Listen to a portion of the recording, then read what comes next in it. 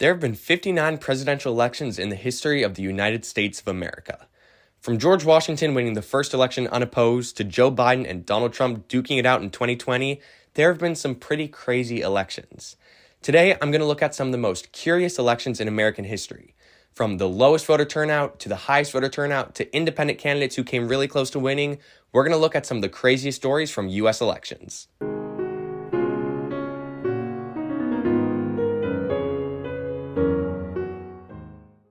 The first ever U.S. election took place in 1788 and 1789. This election was quite special because it was the first ever election, but the reason I'm mentioning it is because George Washington ran unopposed. He faced no opposition and won 100% of the 43,782 votes in that election.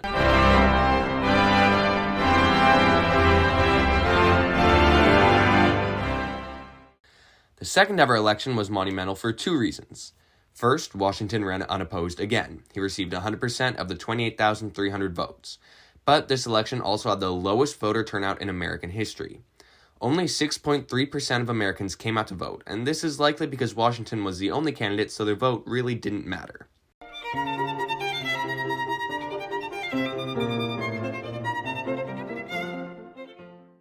In 1820, for the third and final time, a candidate ran unopposed. James Monroe and his running mate, Daniel D. Tompkins, sought re-election, and the Democrat-Republican Party, which was their party, did not put forward any other candidates, and the Federalist Party was so unpopular at this point that all they could manage was to put forward a candidate for vice president, who promptly lost. Monroe won all 23 states, 228 electoral votes, 87,343 votes, and 80.6% of the vote.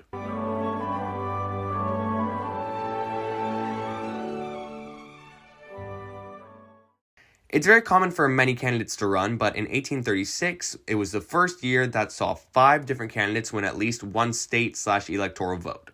The Democratic candidate, Martin Van Buren, won the election by winning 15 states and 170 electoral votes.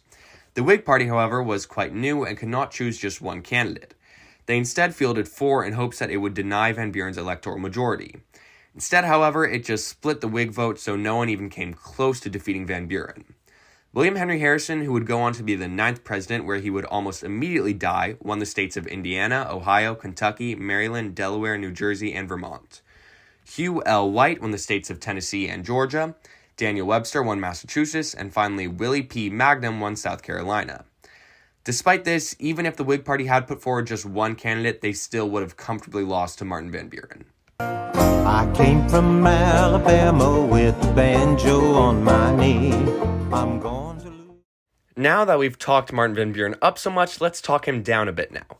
It's common for a former president to run again and lose. Most recently, Trump, Bush Sr., Carter, and Ford did this, but generally they do quite well because they still have fans from their term as president.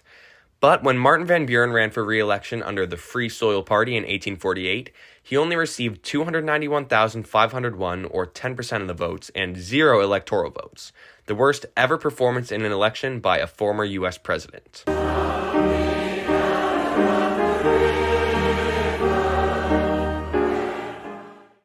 1864 was the first election where certain states were barred from voting. Due to the active rebellion, Texas, Arkansas, Mississippi, Alabama, Florida, Georgia, South Carolina, North Carolina, and Virginia's votes did not count. This allowed Lincoln to cruise to a very comfortable victory over George B. McClellan. I went to the church the other night, oh, dance for my to hear the colorful singing. The 1876 election saw the highest voter turnout ever at 82.6%, and was the first of 4 elections in American history that saw the candidate with the less popular votes win due to the Electoral College system. Rutherford B. Hayes got 47.9% of the votes, but won with 185 electoral votes. Samuel J. Tilden got 50.9% of the votes, but lost with 184 electoral votes.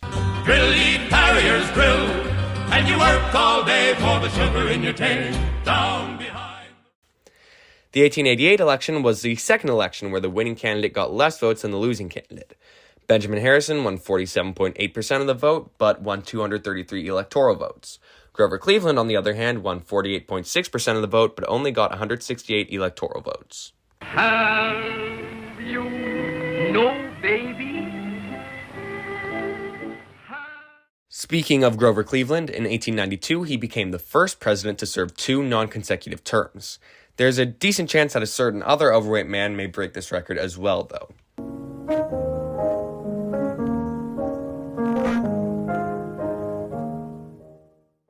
The 1912 election saw a third-party candidate do significantly better than the Republican and incumbent candidate. Theodore Roosevelt had been a popular president from 1901 to 1909, and he had initially supported William Howard Taft as he took over as president from 1909 to 1913. But by 1912, Roosevelt was very unhappy with Taft's performance as president and attempted to gain the Republican nomination once again. The nomination still went to Taft, so Teddy Roosevelt started the Progressive or Bull Moose Party to rival Taft. Taft ended up winning only Utah and Vermont, a total of 8 electoral votes, which remains the worst ever performance by an incumbent president in a U.S. election. Teddy Roosevelt and the Bull Moose Party won California, Washington, South Dakota, Minnesota, Michigan, and Pennsylvania, with a total of 88 electoral votes. Woodrow Wilson of the Democratic Party won a whopping 40 states and 435 electoral votes, so Roosevelt would not have even gotten close even if he was a Republican nominee. But it's still a pretty cool story. The election also saw a socialist candidate get almost 1 million votes, which is pretty crazy as well. Cool water. Oh, Dan and I will... In 1936, a different Roosevelt, Franklin D. Roosevelt to be specific, won the largest electoral landslide in American history. FDR won 46 states and 523 electoral votes. His opponent, Alf Landon, only won Vermont and Maine with a total of 8 electoral votes. Over land and sea. In 1948, for the first time since 1912, a third party did very well in an election. The Dixiecrat Party, based on white supremacy and pro-segregation policies, won the states of Louisiana, Mississippi, Alabama, and South Carolina. The craziest thing about this to me is the fact that the Dixiecrat nominee, Strom Thurmond, a white supremacist, was a prominent member of American politics up until his death in 2003. But our current left-wing president supported segregation in his early days in Congress, so I guess that isn't too crazy after all. It's now or never. Come home. In 1960, for the first time ever, Richard Nixon won 4 more states than John F. Kennedy, but Kennedy won more popular votes as well as more electoral votes, so he won. Kennedy was also the first Catholic president, which freaked a lot of people out, and the only Catholic president since then is Joe Biden. Hey Jude, don't make it bad. The 1968 election was the final election where a third-party candidate won at least one state. The former Alabama governor, George Wallace, ran for the American Independent Party and won 46 electoral votes by winning the states of Arkansas, Louisiana, Mississippi, Alabama, and Georgia. The AIP stood for white supremacy and was against desegregation, and if you know anything about George Wallace, you know he has a very poor moral track record. Nixon ended up winning the election, and we all know how that ended up, so that's not great either.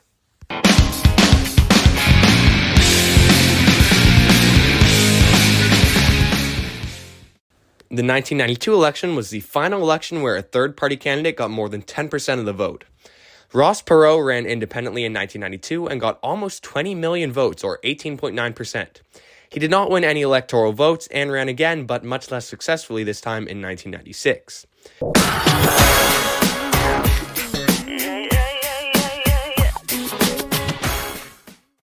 In 2000, for the third time, the winning candidate received less popular votes than the losing candidate.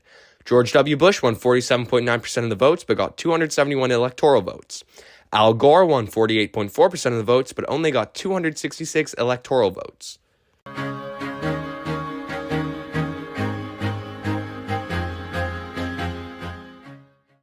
In 2008, we got our first black president, which is pretty cool.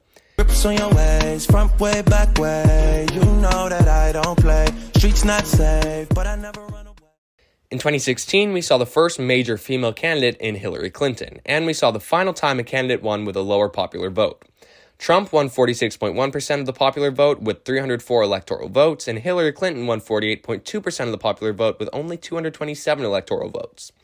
Also, I'm sure this has happened in other years too, but literally every poll predicted Clinton winning in a landslide, but Trump won pretty comfortably.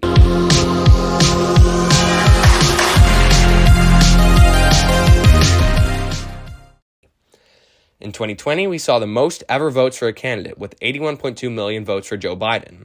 We also saw the most votes for a losing candidate, with Trump receiving 74.2 million votes but losing the election. We also got our first female vice president, but still no female president. Maybe in 2024, though. I like Nikki Haley, but to be honest, I doubt it.